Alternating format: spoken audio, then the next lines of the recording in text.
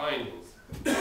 Cabot agrees that the findings in paragraphs A through L, R through U, W through X, Z, AA, AD, AG, AH, AJ to AK, AN, and AP above are true and correct, and in any matter of proceeding involving Cabot and the department, Cabot shall not challenge the accuracy or validity of these findings.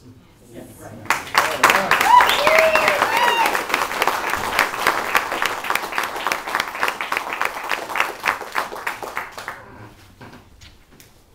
This document that I'm reading from, dated in November of 2009, it is signed by Philip Stalnacher, Vice President, Regional Manager for Cabot Oil and Gas.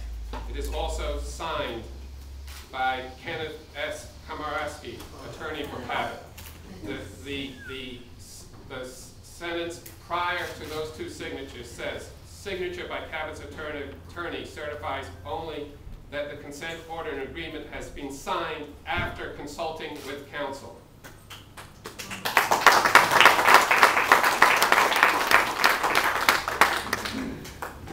Unfortunately, that consent order and agreement was not complied with. On April 15, 2010, a second consent order and agreement between the department and Cabot was signed. I'm going to read you portions of the second consent order and agreement that this company signed with the department.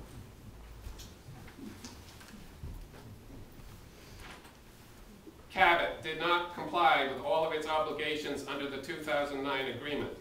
As discussed further below, Cabot did not comply with the requirements of paragraph 4.1I.2 of the 2009 agreement, as it failed to identify in its integrity report all of the Cabot wells that had insufficient improper casing and or cementing, and it failed to identify the specific corrective actions needed to address the Guestford 3 and Guestford 9 wells, which the department had already determined to have insufficient improper casing and or cementing, as documented in paragraph I in the 2009 agreement.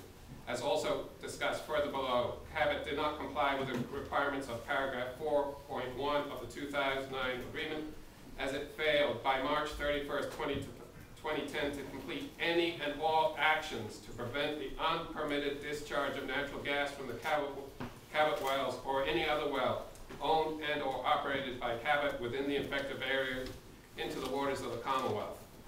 Pursuant to paragraph 4.I of the 2009 agreement, Cabot submitted an integrity plan to the department which identified how Cabot would test for and ensure the integrity of the casing and cement of certain Cabot wells. On November 20, 2009, the department approved the integrity plan. On February 3, 2010, the department received from Cabot the integrity report, which identified the results from the testing that it had done in accordance with the approved integrity plan. Paragraph 4.I.2 of the 2009 agreement required that the integrity report describe the tests completed, test results, and any corrective actions needed to address the Cabot wells, including the Guestford 3 and Guestford 9 wells that had insufficient improper casing and or cementing.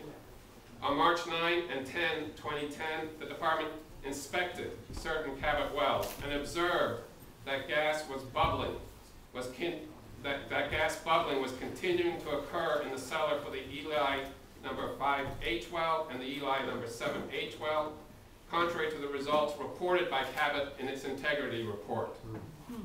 Additionally, the department observed gas bubbling in the cellars for the following Cabot wells in the affected area: Guestford number 2, Harper number 5H, Ratsville number 1H, Ratsville number 2H, and Teal number 7. The presence of gas bubbling in the cellars of these Cabot wells indicates that these wells may also have insufficient and or improper cemented casing.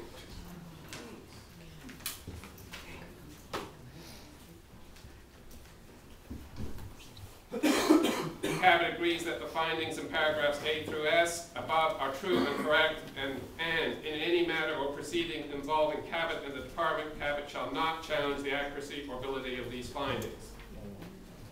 There's a great deal more in here, which I won't read to you. It is signed, in this case, by Dan O. Dinges, Chief Executive Officer for Cabot Oil and Gas Corporation. It is also signed by Kenneth S. Komaraski, Esquire, attorney for Cabot.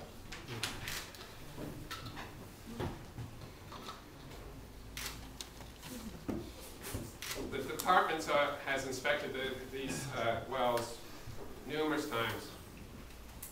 We have observed gas bubbling, we have observed gas leaking, we have videotaped these matters.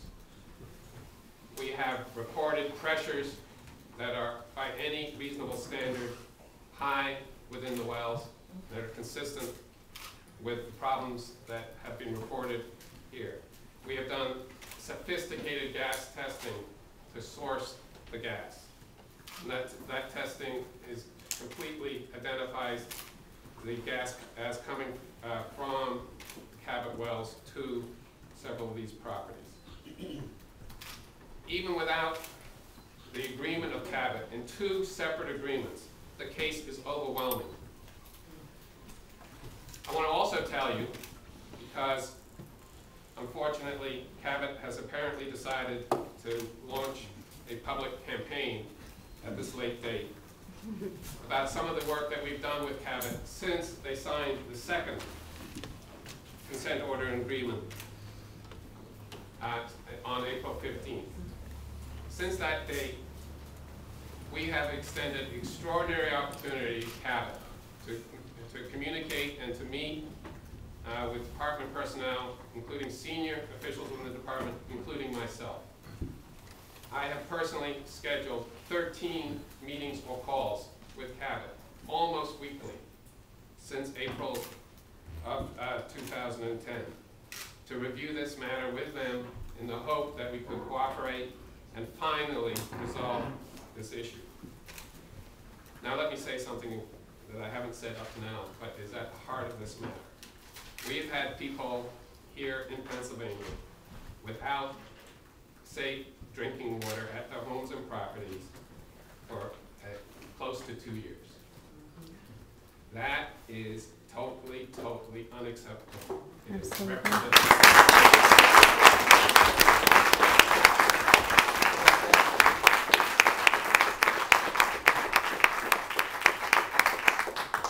We have given Cabot every opportunity to resolve this matter, and I'm sure people in this room think we've given them way too much opportunity. Yep. We have entered into agreements with this company that they have signed and their attorneys have signed, and yet we have not resolved this matter as we be here today.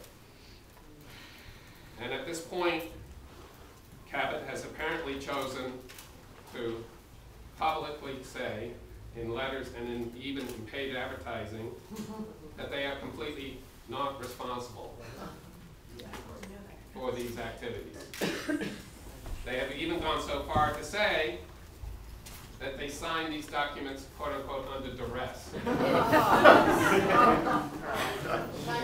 down, John. That's right, shut them down. Shut it And down. laughter, I understand the laughter. Mr. Dinges is the CEO of a major corporation. He has immense resources at his command. He has attorneys that he's paying a great deal of money to. And they signed these documents.